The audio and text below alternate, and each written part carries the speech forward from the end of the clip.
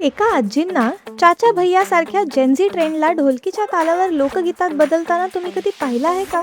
कोण आहेत ह्या आहेत स्नेहल विधाते. सोशल मीडियावर महाराष्ट्राची लाडकी जना आजी म्हणून ओळखल्या जाणाऱ्या या कॉन्टेंट क्रिएटरच्या इंस्टाग्रामवर 1,75,000हून अधिक फॉलोअर्स आहेत. त्यांच्या व्हिडिओजची खासियत म्हणजे लोकसंगीत आणि ट्रेंडिंग कंटेंटचं भन्नाट मिश्रण.